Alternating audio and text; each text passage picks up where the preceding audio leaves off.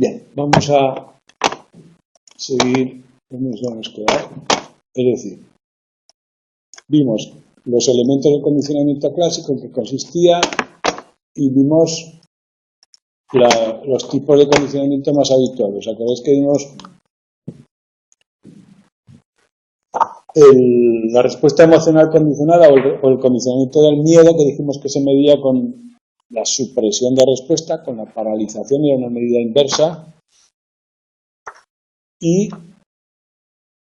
el condicionamiento de la aversión a los sabores o los alimentos, que era un condicionamiento especialmente preparado, que por lo tanto sucedía con diferentes parámetros, con una sola vez y con varias horas de diferencia.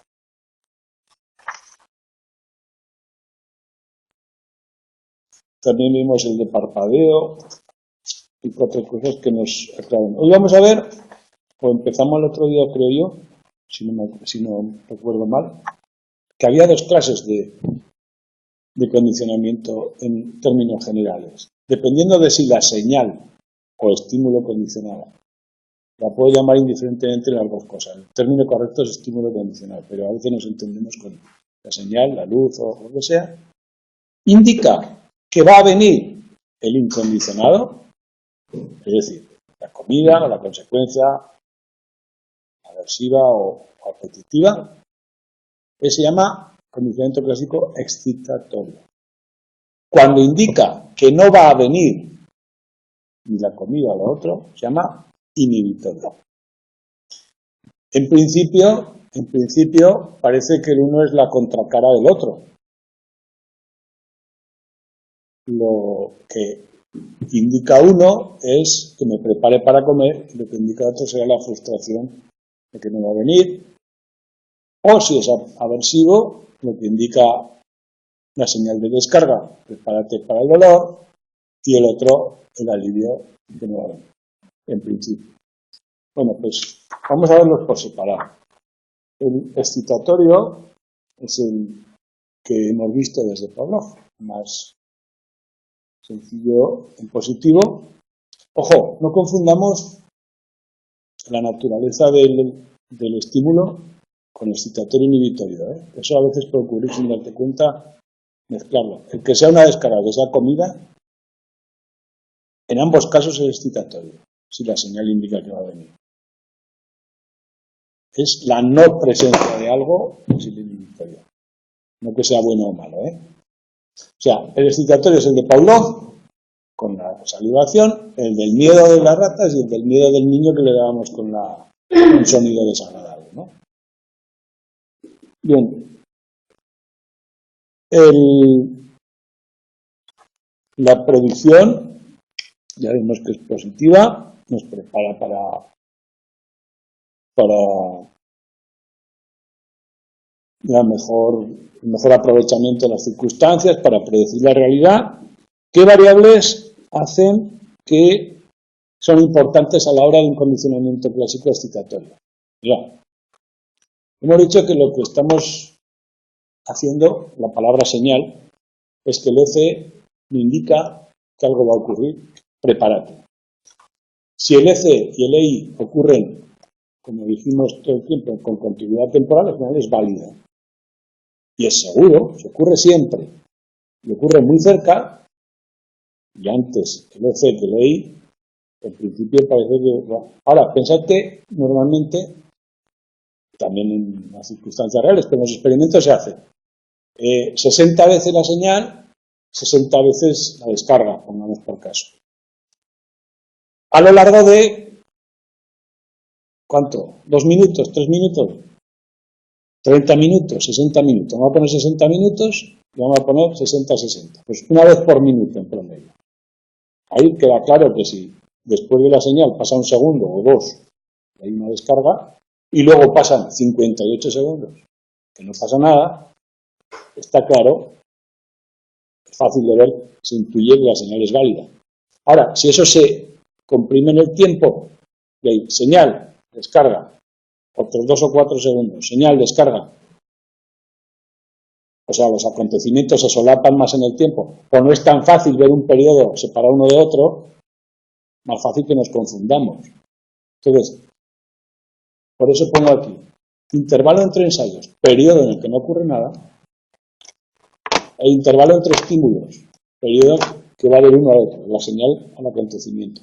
Dependiendo de esos dos intervalos va a ser la principal variable que hará que sea más o menos efectivo. Es bastante lógico, ¿no? A más cerca esté la señal de lo que va a ocurrir y a más tiempo haya vacío, donde no hay interferencia, mejor. A más grande sea esto con respecto a esto, mejor. En principio ese es el mejor predictor de si ocurrirá o no el condicionamiento clásico. Y dentro de los procedimientos que manipulan estos intervalos hay 4 principales. Uno se llama el de demora, que lo tenéis en este cuadro para acordarnos. Por comparación, el de demora, justo cuando acaba la señal, aparece la descarga, por ejemplo. Pero pone que puede continuar durante. Sí. Puede continuar o terminar. Sí. Puede continuar durante un rato o terminar, sí. Lo importante es que hay un poquito antes de que empiece el EI está la señal. Y que justo cuando acaba ya está el otro, ¿no? O sea, de demora porque hay un pequeño periodo de señal limpia. El de huella, termina la señal, pasa un periodo que se llama huella, y aparece la descarga. Simultáneo los dos a la vez. No precede la señal al otro, y de hacia atrás la señal aparece después. ¿Qué ocurría en el primero? En el primero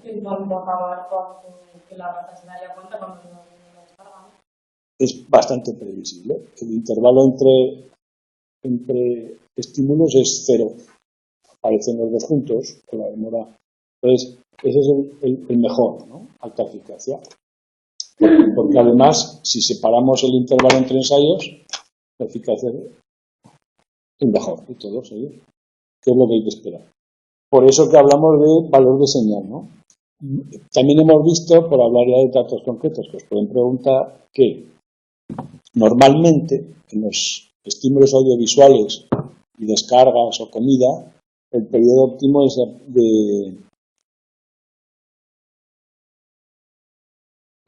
puede durar unos segundos. En el palpebral, en el parpadeo, a partir de 2 o 3 segundos ya no se conecta el uno con el otro, para que veáis. Y en el aversivo al sabor, una hora o 2. O sea que dependiendo del tipo de conducta y del tipo de estímulo, el periodo varía.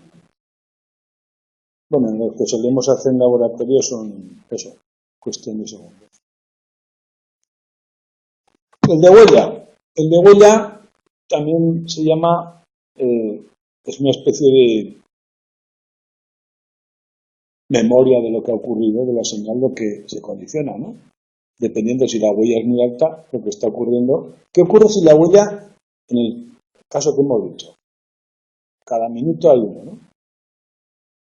Pongo 2 segundos de huella. Señal, 2 segundos, descarga. Es casi parecido al otro. ¿Y si pongo 20? Si pongo 20 pasa señal, 20 segundos, descarga, 40 segundos la siguiente. ¿Y si pongo 30? Es que la señal a lo mejor me está indicando lo contrario, que hay un periodo largo en el que no va a haber descarga. ¿Te das cuenta de que ese matiz? ¿Descarga o comida? O comida, sí, tienes razón. Descarga. Por no decir EI, pues si digo EI, es lo mismo. El periodo, si se alarga mucho, la señal puede ser ya no conectarse y ser una señal de vacío, lo contrario. Entonces, obviamente, el de huella depende mucho del intervalo de huella, pero también es peor que el otro. El simultáneo, hay un emparejamiento. Ocurren a la vez, es decir, en nuestra mente de alguna forma se van a asociar. Ahora, lo que no sabemos aquí es si hay o no esa asociación hasta que no hacemos la prueba. Por ejemplo, en el de demora, o en el de huella, aunque sean en los ensayos de aprendizaje, cuando Pavlov entraba o lo ponía a la luz, los perros salivaban. Luego venía la comida. Sabes que esa salivación primera no es por la comida, es por la señal. Pero en el simultáneo no lo sé. Como aparece la comida también a la vez, me puede caber la duda de por qué están babeando. Que quede mal, pero es así. Bueno, pues lo que tienes que hacer son ensayos de prueba después en que aparece solo la señal y a ver si ha condicionado. En general, sí hay condicionamiento, pero mucho más bajo que nosotros. Es decir, si la señal no la anticipa, es peor. Sin embargo, ya veremos que hay algunos matices a todo esto, y es que muchas veces lo que ocurre es que no se manifiesta el aprendizaje, pero la asociación está ahí. El animal lo recuerda, ¿no? Van juntos. Bien, y hacia atrás produce, el hacia atrás sí que es el caso de que si normalmente si respetamos este esquema, aunque la señal venga justo después o un segundo o dos después de la comida, la señal está asociada con la comida, ¿cierto? Pero lo que predice es un periodo de no comida, de no descarga. Casi el efecto es inhibitorio. ¿Te das cuenta? En principio, podría pensarse que tú puedes aprender que van asociados. ¿No? Hombre, sí, Después de la comida siempre suena un timbre. Si el ley es aversivo, así como de decir, ya se ha acabado. Te tranquiliza. Pero si después de la descarga suena un timbre, te tranquiliza. Pero si no, no. No, pero fíjate que en efecto, tú dices, si suena el timbre y se acaba de descargar, me tranquiliza. Es inhibitorio el efecto. Pero también te das cuenta que van asociados en el tiempo. Es decir, de alguna forma en mi mente se puede formar el tándem. Tal, pero no, es ambiguo, ¿eh? A veces sí que produce aprendizaje. Puedes recibir la señal y decir, cuidado, esto estaba asociado con una comida, una descarga, puede ocurrir, pero normalmente se produce el resultado inhibitorio, al contrario. Bueno, esto es para ilustrar los tipos de experimentos que se hacen y que vamos a ver. Y qué tipo de cosas se pueden aprender de uno y de otro. A ver que hasta ahora estamos haciendo análisis lógico, luego ya veremos datos y teorías.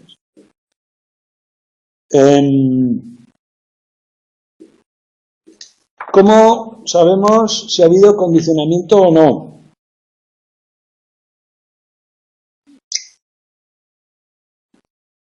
En principio, en las situaciones que he dicho antes, que se produce la señal antes en el de huella y en el de demora, yo veo si hay respuestas. No necesito hacer ensayos de prueba. Ya veo que la señal está produciendo la preparación o no. En los otros casos, y en estos también, se suelen hacer en el ambiguo el estímulo es prescindible. No, no sé a qué te refieres, ¿a qué estímulo de los dos? ¿Al condicionado o al incondicionado?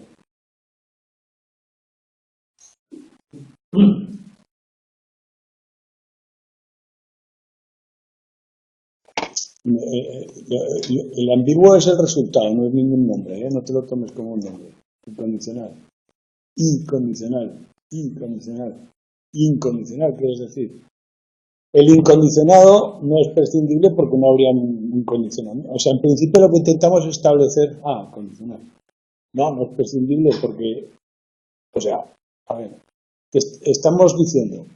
Podríamos establecer una asociación entre EI y EC presentándolo después, presentando la señal después del EI.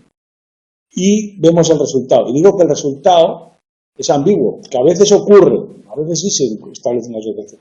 Pero lo más normal es que no ocurra, que se establezca un periodo de seguridad de que no va a ocurrir algo después, ¿no? Un inhibitorio. O sea, lo de ambiguo quiere decir que el resultado está.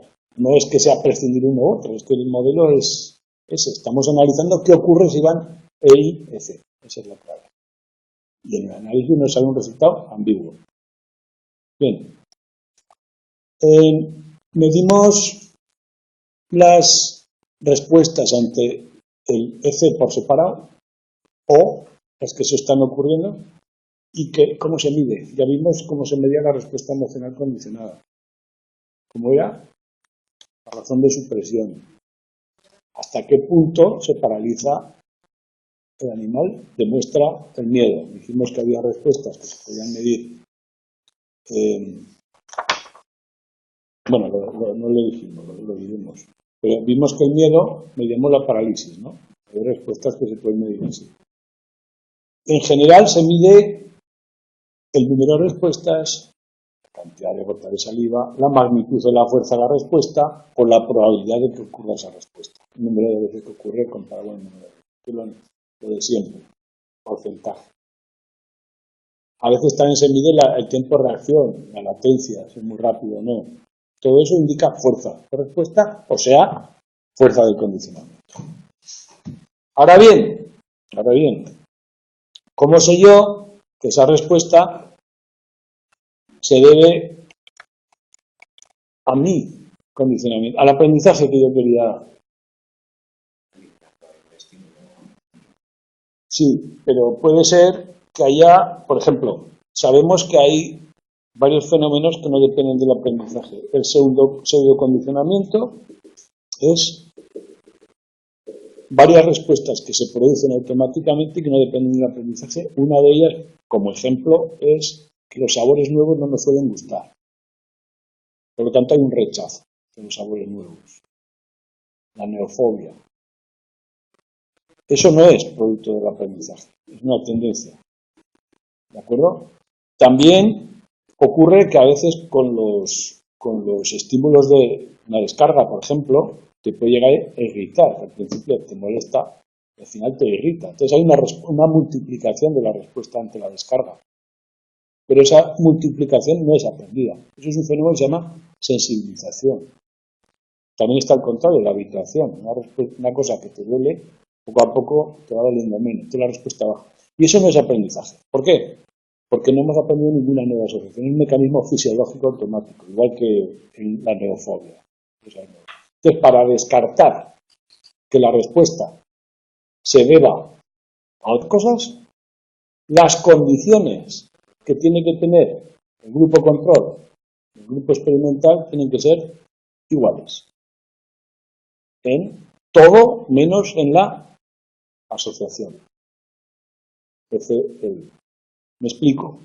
Si en un grupo les pongo una campanilla que anuncia una descarga, el otro grupo tiene que recibir también una campanilla y descargas. Solo que en este caso no van juntas, aparecerán al azar. Y en el otro aparecen juntas. Esa es la forma de controlar que no haya una respuesta automática hacia las descargas, hacia las campanillas. ¿Entendido? Pues la diferencia entre los dos grupos sí me va a dar una respuesta. Entonces, lo que se suele hacer es la aleatorización. ¿Qué puede ocurrir en un experimento? Puede ocurrir, a lo largo del periodo del experimento, puede ocurrir que aparezca el EC, vamos a poner C, más el E, que aparezca el EC solo y no pase nada a continuación, que aparezca el EI solo o que no aparezca ninguno de los dos durante un periodo. Esas son las 4 combinaciones posibles. Esas 4 combinaciones las embarajo al azar y las reparto en el tiempo. Eso es aleatorizar. Si esas 4, este de aquí, es más frecuente en un grupo que en otro, esa será la diferencia. El tratamiento experimental será que un grupo será aleatorio y en el otro será inducida la conexión. Y a ver si este produce más respuesta que el otro. Les cuento el detalle técnico, ¿no? Tienen que ser parecidos en todo para que... Bueno, el problema con la aleatorización, también, es que por casualidad van a ocurrir, o sea, yo lo embarajo lo que sucede, por casualidad va a ocurrir esto alguna vez. El grupo control alguna vez va a recibir luz, descarga. Y si es al principio o varias veces seguidas, produce condicionamiento también, eso lo sabemos. ¿Y cómo evitamos eso? Pues mira, haciendo trampas. Pseudo-aleatorización. Lo hacemos al azar, solo que cuando tocan juntos los separamos. Hacemos un poco de trampas para evitar que haya encuentros casuales. Entonces, se llama pseudo porque no es aleatorio. No es puramente aleatorio, pero evitamos un fenómeno conocido. ¿Entendido? O sea, para probar que ha habido condicionamiento tenemos que tener un procedimiento de control. El procedimiento de control es tener las mismas condiciones con la única diferencia de la asociación entre las dos variables. El C e I.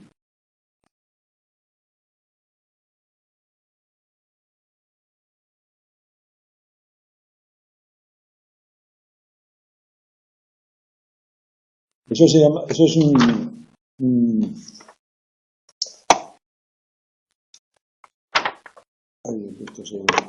eso es un detalle muy técnico que solamente hay que entenderlo. O sea, si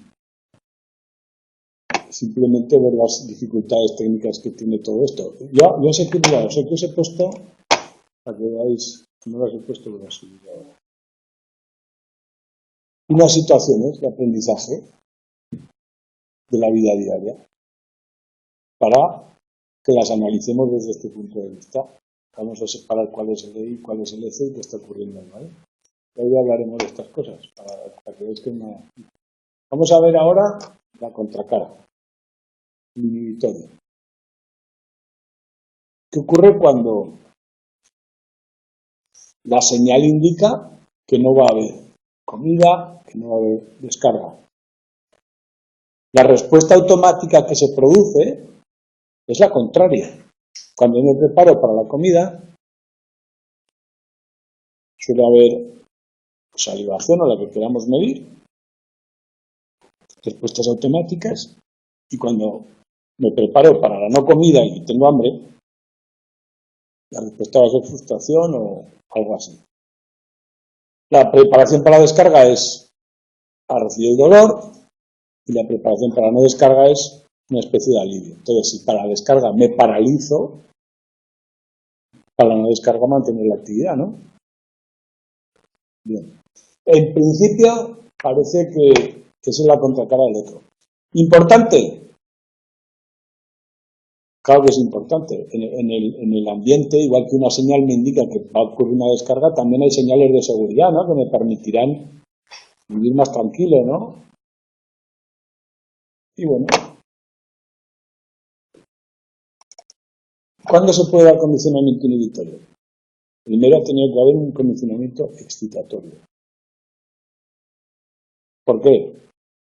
Porque si ocurre algo en el ambiente, por ejemplo una luz, que es ya decimos que en principio, aunque no lo sea completamente neutro, es un estímulo audiovisual que a mí no me importa mucho. Si se produce una luz en el ambiente constantemente, no es inhibitoria si no ha pasado nada antes. Es como el espantaleones que le vendían no sé quién, dice, toma, este no es espantaleones. Y eso con tontería, ¿cómo va a funcionar? Y dice, ¿tú ves algún león? Y dice, no, pues entonces funciona. Es un chiste, ¿es inhibitorio o no? El espantaleones. No, no lo es. ¿Por qué? Porque no hay leones. O sea, para que haya un estímulo inhibitorio tiene que haber un peligro y la señal te tiene que indicar que no hay peligro. O sea, la diferencia de este con el excitatorio es que este se tiene que dar en un contexto excitatorio. La señal de que no va a haber descargas tiene que ser en un lugar donde hay descargas. Si no, no sirve. O sea, si yo tengo una luz en el ambiente, de vez en cuando se enciende, y después de la luz no me han dado una descarga, yo no aprendo que la luz predice la falta de descargas. Porque si mañana aparece una descarga, diré, cuidado, que esta luz indica descarga. O sea, no hay inhibitorio si no ha habido excitatorio. Por lo tanto, para estudiarlo es más complicado. Porque primero tenemos que enseñar el excitatorio y luego el inhibitorio. Para estudiar un laboratorio en la vida real se da a menudo el inhibitorio, sí, porque, yo qué sé, no sé, los ejemplos, voy a buscar los ejemplos de los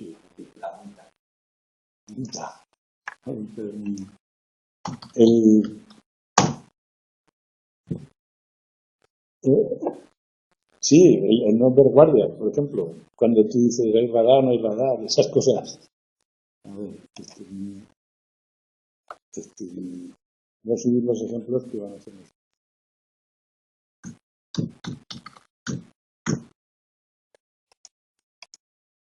Entonces, a la hora de estudiarlo, que puede parecer un poco más complicado, simplemente es que primero que enseñar una cosa y luego otra. Entonces, aquí tenemos ahora, vamos a tener dos tipos de estímulos condicionados. En cada experimento de inhibitorio vamos a tener un estímulo condicional que implica que va a haber una consecuencia y el otro que es el que no. Uno le vamos a llamar EC más y el otro EC menos. ¿Dónde está? Aparece por ahí. ¿Estás? ¿Dónde te digo? Aquí.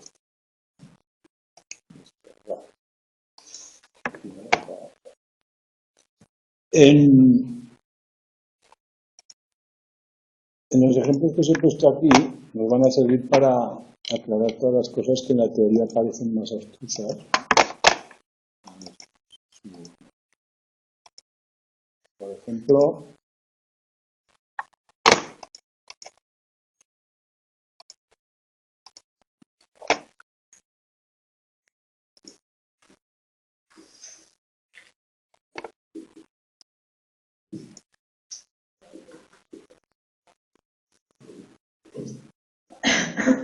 ya, este del medio. He puesto unos cuantos, El timbre de la escuela, el instituto, o bueno, los turnos de la pescadería, ¿no? El timbre del instituto. ¿Qué es eso? Dentro del esquema de condicionamiento clásico, ¿qué sería eso? Nombres técnicos, nombre de la sirena. EI, ¿qué es eso? Estímulo, sí, es un estímulo. ¿Qué tipo? Haces un esquema de condicionamiento clásico, el timbre de la escuela. ¿Qué produce? Sería un estímulo condicionado que ya se ha convertido en No se convierte, es condicionado. Es neutro al principio y luego se condiciona. Y sigue siendo condicionado. ¿Por qué? Porque naturalmente no te produce la respuesta, es condicionado. Tienes un estímulo condicionado, que en principio era neutro y que ahora te da una sensación. ¿De qué? Depende si es de entrada o de salida. ¿No? Bueno, ¿de qué? ¿Cuál es el EI? El estímulo incondicionado, ¿cuál es? El final de la clase, irte a casa. Irte a casa. Entonces, el timbre se convierte en señal de irte a casa, EC, timbre. EI, irte a casa. Que no va a haber clase a partir de ese momento. ¿Podríamos verlo desde un punto de vista inhibitorio? No va a haber clase a partir de ahora. Desde que suena el timbre en adelante hay un periodo de seguridad hasta mañana a las 9. ¿No? O, como un excitatorio, me voy a casa y voy a jugar a la consola, lo que sea. Veis que el análisis lo puede hacer de mil maneras, pero esta es la clave, que sepa cuál. El inhibitorio. Si yo, por ejemplo, estoy sufriendo en clase, para ver si me van a preguntar, y estoy así, temblando. En el momento de sonar el timbre ya sé que no me van a preguntar. Seguridad. Ese timbre ha sido un inhibitorio. ¿De qué? Del EI me van a preguntar. De la ansiedad que me crea que me pregunten. El EI es que me pregunten. La ansiedad, la respuesta incondicionada. Y el fin de la señal que me indica que va a haber seguridad, el timbre. El final de la respuesta, que es al revés, siento alivio. De la ansiedad, es inhibitorio. ¿Lo ves? En el esquema excitatorio, también excitatorio entonces, exacto. También podría ser excitatorio si el timbre es de entrada, hacia lo malo. Incluso podríamos verlo como excitatorio hacia lo bueno, porque yo no estoy aburrido. Lo único que tengo que hacer mal es que estoy aburrido, no que me esté pasando nada malo. Y tengo ganas de salir porque he quedado con alguien, o voy a comer no sé qué, voy a almorzar, tengo hambre. El timbre es excitatorio de que viene el almuerzo. O sea, tú haces el esquema donde lo miras. Pero lo que está ocurriendo todo el tiempo, todos los días, es que tenemos un montón de señales condicionadas excitadas. Una de ellas poderosísima es el dinero, otras, en fin, ¿te das cuenta, no? Vale, pues ya lo iremos viendo, pero se entiende mejor. ¿Qué hacemos para hacer un experimento en el que hacemos inhibitorio? Pues hay varios procedimientos. El primero lo hizo Pavlov y era simplemente hacía unas sesiones en las que mezclaba la comida o la descarga con la señal de siempre y se producía el condicionamiento, y luego mezclaba esa señal, pongamos una luz, con otra señal, un sonido, que va a ser inhibitorio. Cada vez que aparece la luz y el sonido juntos, no hay descarga. Este lo que hace es predecir la no descarga. ¿De acuerdo? O sea, en los ensayos aparecería lo típico, señal descarga, o sea, la señal y la descarga, la respuesta que sea, y de vez en cuando aparecería también la señal, pero con un estilo nuevo, que en ese caso no habría descarga. O sea, la combinación señal-sonido no descarga. Y la combinación solo la luz, la primera señal, descarga. Lo que ocurre es simplemente que cuando aparece el EC-, el inhibitorio, la respuesta disminuye, la respuesta condicionada. En este caso era la ansiedad, la parálisis, disminuye y se debilita a medida que pasa el tiempo con el otro también. Pero vamos, que se debilite con el otro es una cuestión para ella. Simplemente porque no lo podemos comprobar si no hay un ambiente excitatorio, pues lo que se hace es esta. Otra forma de hacerlo, más sencilla,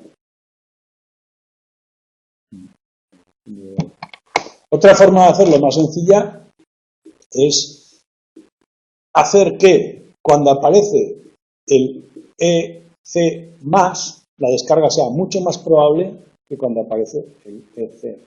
No necesariamente al 100%, Nos podemos detectar las probabilidades. El caso perfecto sería, cada vez que aparece la luz, dentro de los ensayos hay una descarga. Cada vez que aparece el sonido, no hay descarga. Eso sería el perfecto. Pero podría ser que el 60% de las veces que aparece la luz hay descarga y el 30% de cuando aparece el sonido hay descarga. Entonces yo voy detectando que uno es más probable que haya descarga después y que otro ya menos. Entonces, hay un condicionamiento inhibitorio de uno de los dos. El otro es excitatorio. Siempre hay un EC más y un EC menos. ¿No? Esto lo puedes simplificar. O sea, es tan sencillo como pensar que una de las dos señales es probable que esté seguro, con la otra es probable que ocurra algo malo, o al revés, con una que ocurra algo bueno, con la otra que no ocurra.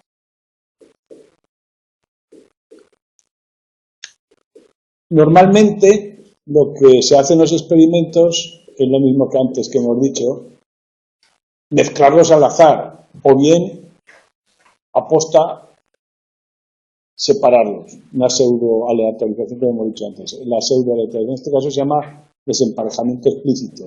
Te digo, el EC menos indica que no, el EC más que sí. Bueno, simplemente varios modelos en los que hay que inducir el EC excitatorio, el EC más, y mezclarlo con el EC menos de diversas formas a ver qué se produce la disminución de respuesta. ¿Aquí qué asociamos? Si en el otro asociábamos la luz con la comida, con la descarga, aquí asociaremos la luz con la no descarga, la no comida. Bien, ¿cómo lo medimos? Por ejemplo, la ansiedad se puede medir mediante respuestas fisiológicas como los latidos del corazón, ritmo cardíaco, la sudoración, incluso la conductividad de la piel, varias medidas fisiológicas. Esas medidas tienen una ventaja, que es la que tienen una tasa base. El latido cardíaco suele estar a un determinado nivel de reposo y cuando hay excitación aumenta y cuando hay un estado con más tranquilidad disminuye por debajo de esa tasa base, ¿no? Entonces esas respuestas me hace muy fácil medir si hay inhibición o no. Cuando venga el EC menos, el que dice que no va a haber descarga, me tranquilizaré. Y cuando venga el EC más, que dice que va a haber descarga, me excitaré. ¿De acuerdo? Respuestas bidireccionales. Tienen tasa base, Tienen hacia arriba, tienen hacia abajo. Las mejores para medir la inhibición. Pero la mayoría de las respuestas no lo son. Por ejemplo, la salivación de los perros o es cero o es algo, pero no hay salivación negativa. ¿Qué ocurre cuando el perro le indica una señal de que no va a haber comida?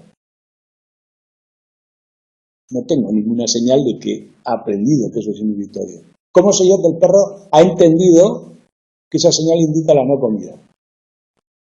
No hay ninguna conducta que se pueda asociar, ¿no? ¿Cómo lo hacemos, pues? Porque hay muy pocas respuestas bidireccionales, ¿eh? La mayoría son o se acerca o no se acerca, o saliva o no saliva, muy complicado. O incluso la de parálisis, ¿no? Cuando tú te puedes paralizar la respuesta hasta cero, pero la actividad normal no, tampoco vas a... O sea, un animal, porque esté tranquilo, no va a correr el doble que lo normal, simplemente estará relajado, estará normal. Por lo tanto, no. ¿Cómo hago para medir la inhibición condicional? Bueno, pues esto es lo que viene aquí. Hay dos formas de medir la inhibición, el aprendizaje inhibitorio. Una se llama estímulo compuesto y otra se llama retorsión de adquisición. Y la lógica es muy sencilla. Aunque el experimento es que esté más verde, la lógica es muy sencilla. Mirad, si con este ejemplo que se hace aquí, un grupo lo llamamos inhibitorio, de la I. En este grupo van a tener las dos experiencias que hemos dicho antes que poníamos aquí, contrarreloj con el probabilístico. Es decir, un sonido, por ejemplo, va a predecir una descarga y una luz va a predecir que no hay descarga. Esto durante muchos ensayos el grupo inhibitorio, el grupo que recibe una señal inhibitoria. El otro grupo no recibe una señal inhibitoria, pero para igualar las condiciones tiene una excitatoria, que es el sonido que predice que va a haber una descarga, y la luz aparece al azar, sin descarga o no descarga, sino que a veces sí, a veces no. La luz no predice nada, pero aparece igual para igualar las condiciones. Este grupo lo llamamos, la R viene de azar, de random en inglés, ¿no? El grupo del azar. Y este es inhibitorio y este es el azar. Y vamos a comparar qué ocurre después mediante la prueba del estímulo compuesto. ¿Qué es la prueba del estímulo compuesto? Presentar los dos, sonido y la luz juntos. ¿Qué ocurre? Si un grupo aprendido que la luz es inhibitoria, el efecto del sonido se atenuará, ¿o no? El miedo que produce el sonido a la descarga, mezclándolo con la luz, o sea, si tú tienes una señal de que te va a ir mal, pero otra que te va a ir bien, se atenuará, ¿o no? ¿Qué ocurre en el grupo del azar? En el que la luz no indica nada, que el sonido seguirá produciendo el mismo miedo. Bueno, pues eso es la prueba, ¿no? La prueba del estímulo compuesto en el grupo random, la luz es neutra, todavía no produce nada y la cuestión es que aparece cierta recuperación de la respuesta. Es decir, esto de que vuelva a responder es que disminuye el miedo. Un poquito, ¿pero por qué? Porque aparece una señal negativa, ahora lo explicaré. Pero en el grupo de inhibitorio desaparece el miedo bastante. Es decir, el grupo que el sonido representaba la descarga y la luz no descarga cuando los mezclamos, desaparece bastante el miedo. En este no es lo mismo que antes. La respuesta, es decir, hay algo de miedo. Porque un estímulo nuevo, neutro, que aparece en una situación que antes no aparecía, es decir, que no asociado, que genera cierta alarma. Lo veremos eso en detalle después. Bueno, esto lo tenéis en el libro, en la página 81, este resultado. En la página 81 tenéis un gráfico. Que hay que entenderlo. En la fase de adquisición, fijaos que estamos hablando de respuesta, supresión de respuesta, aquella ecuación que vimos el otro día. Si esta ecuación vale un medio, quiere decir que no ha suprimido para nada la respuesta, con lo cual no tiene ningún miedo. 0,5. Y a medida que nos acercamos a 0, quiere decir que se suprime la respuesta, por lo tanto que hay miedo, por lo tanto que hay condicionamiento. Entonces, en la fase de adquisición, en los últimos ensayos, el octavo, el noveno y el 10º grupo de ensayos, los dos grupos han aprendido el condicionamiento excitatorio. Los dos grupos presentan miedo ante el sonido. Eso indica en las dos rayas abajo. ¿Qué ocurre cuando mezclamos el sonido y la luz? La luz, que para un grupo es señal de no descarga y para el otro es neutra. Pues hay una diferencia entre los dos grupos. Uno está más alto que el otro. Es decir, el inhibitorio responde más que el otro. Tiene menos miedo. Esa diferencia de altura entre estos dos es el efecto inhibitorio. ¿Se entiende la prueba de estímulo compuesto, no? Estos dos, al mezclar los dos estímulos, como uno de los dos es un inhibitorio, pues hace un efecto mayor que en el otro, que al ser neutro hace cierto efecto de alarma, pero mucho menor. La diferencia entre los dos es la inhibición condicionada que el grupo ha aprendido. O sea, desde lejos, fuera de la técnica, cuando una señal me da miedo y otra me da seguridad, al mezclarlos se atenúa el efecto del miedo. Estímulo compuesto. Bueno, ahora vamos a ver el segundo método. El segundo método, la lógica no es más fácil.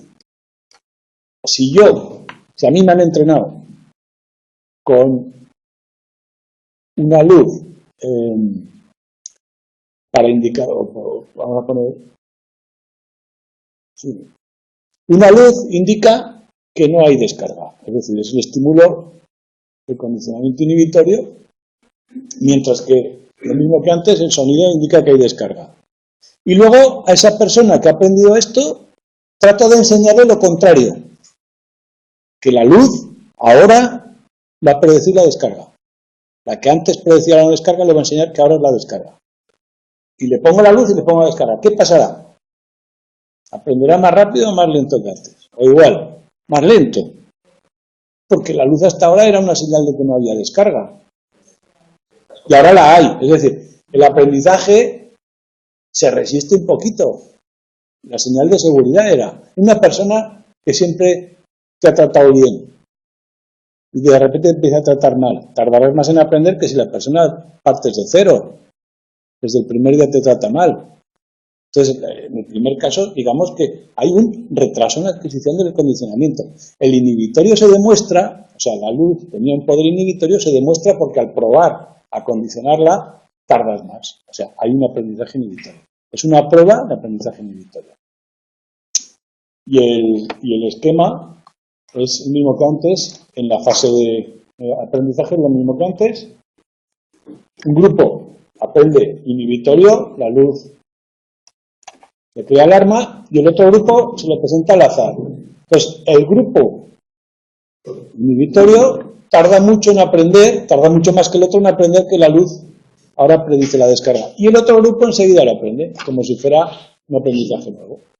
Esa diferencia entre las dos velocidades, hasta luego, entre dos tipos de velocidades es el condicionamiento inhibitorio. Es una demostración de que ha habido condicionamiento inhibitorio. ¿Ves que la lógica es fácil, no? En este caso, una señal de seguridad pasa a ser una señal de alarma y tardo en entenderlo un poco más que si la señal fuera neutra. Y demuestra que esa señal no era neutra, era inhibitoria. Bien. Aquí hay algún detalle, pero pues, esto hay que entenderlo más que memorizar nada, ¿no? Simplemente, bueno, hay algún detalle que lo veremos luego más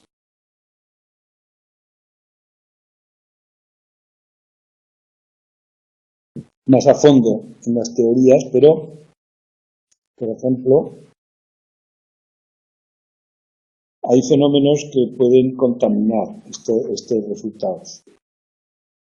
Y es que la mera experiencia de un estímulo, en general, ya dificulta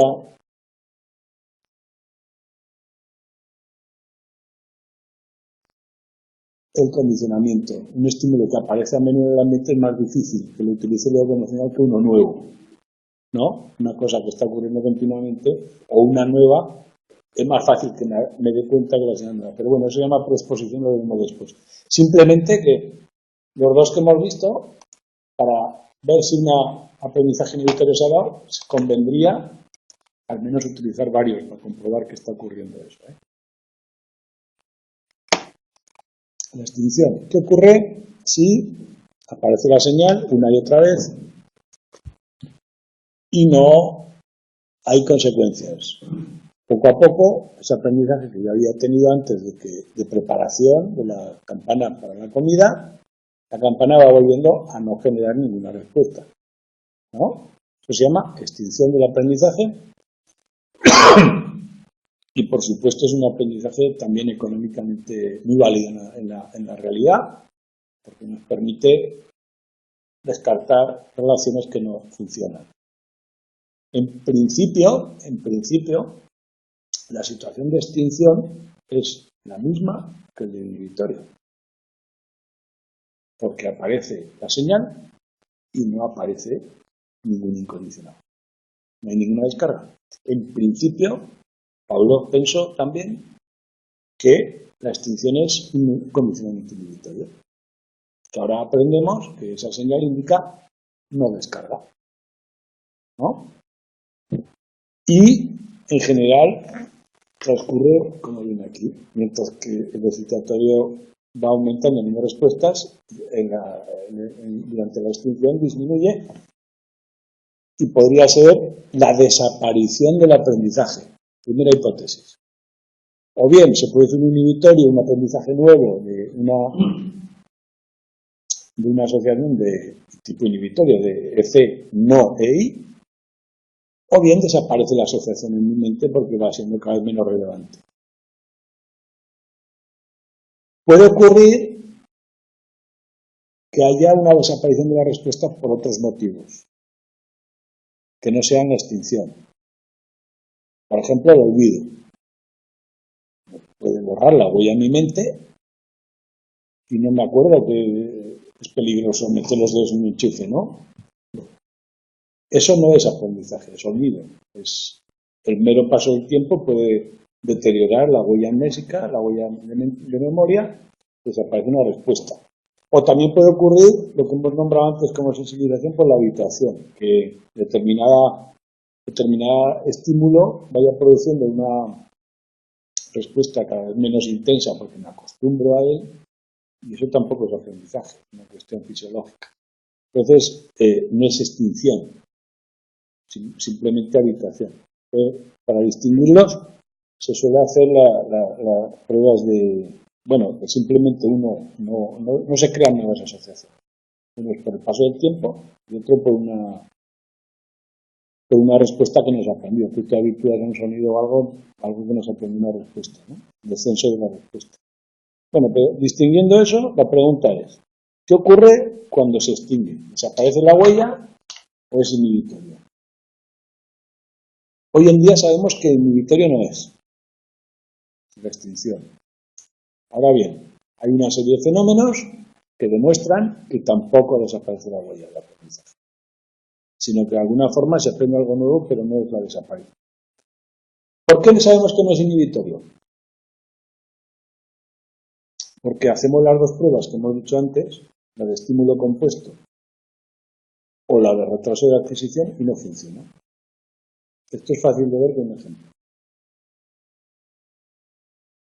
Si yo he aprendido que una luz produce una descarga y luego se ha extinguido esa luz porque ha aparecido 1000 veces, no ha habido descarga, yo no me preparo, no tengo necesidad de la luz, se ha extinguido. Vamos a hacer la prueba de estímulo compuesto. Ahora aparece la luz con un sonido que sí que produce la descarga. ¿Qué creéis que ocurre? El estímulo compuesto, el sonido que produce descarga se produce más, la luz, si se ha extinguido inhibitoriamente, debería reducir la respuesta. Pero lo que ocurre en realidad es que cuando yo tengo una señal de descarga, más la luz, aunque se haya extinguido, antes de la señal de descarga. Entonces, lo obvio es que cuando aparece la luz con otro, veces más, se aprende rápidamente, no pasa la prueba del estímulo compuesto, no lo atenúa. O sea, no hay aprendizaje inhibitorio, hay otra cosa. Y el retraso en la adquisición, tampoco. Esa luz se ha extinguido, si automáticamente vuelve a descargar, no hay retraso en la adquisición. Al contrario, aprendo rápidamente, se restaura inmediatamente el aprendizaje anterior. No hay retraso, por lo tanto, no es lo mismo que el inhibitorio. Para que veáis que las técnicas del inhibitorio nos sirven para ver qué está ocurriendo en el aprendizaje. En cualquier ejemplo que veamos, está claro, ¿no? Si eso que dices tú, las multas, yo llevo mucho tiempo pagando a 140 y nunca me han puesto una multa, y hace mucho tiempo que no me ponen multas, aunque antes me las ponían, yo voy muy tranquilo, pero solo una vez que me la pongan, no hay inhibición, no hay retraso en la adquisición. Al revés, vuelvo a 120 inmediatamente. No pasa la prueba de inhibitorio, ¿no? Bien. Con ese matiz vamos a ver qué cosas ocurren en la extinción que demuestran que no hay una desaparición del aprendizaje previo. Y son, lo que hay que hacer es distinguirlas. Bueno, el defecto de la extinción es que disminuye la respuesta ¿en qué? Pues en lo que sea, tasa, ritmo, lo mismo que medíamos antes, ahora tiene que disminuir, ¿no? Cuatro fenómenos que demuestran que el aprendizaje no se extingue, no desaparece. Primero, la desinhibición. La desinhibición tiene que aparecer un estímulo neutro nuevo. Con el EC y se vuelve a ejecutar. Mira, la señal que antes era de alarma, una luz, un sonido, me da igual, se extingue y ahora otra vez tranquilo. Pero aparece otra luz o otro sonido ahí, algo nuevo en el ambiente. Ese algo nuevo parece que nos alerta otra vez y vuelve a aparecer esa respuesta que parecía que se había extinguido del todo. No sé, con un ejemplo más visual. Bueno, el de las multas. El de las multas, yo voy a 120, multa que me han puesto 3 multas, pero luego pasa mucho tiempo que no hay guardias, voy a 140 se extingue, ya no hay multas, yo voy muy tranquilo a 140, pero un día paso por ahí y están las mismas señales de que no hay guardias, lo que sea que me lo señalaba, y aparece una cajita por ahí en algún lado, por ejemplo. Una caja nueva que no estaba. Y automáticamente parece que eso se llamaría desinhibición de ese aprendizaje anterior. Cuidado, aunque ese nuevo estímulo es neutro, es un cambio en el ambiente que de alguna forma te hace estar en alerta y reaparece lo que parecía que se había extinguido, con lo cual no se había extinguido. Primero, estímulo nuevo. El segundo, recuperación espontánea. La recuperación espontánea también es fácil de entender. Con el guardia y todo lo vamos a hacer.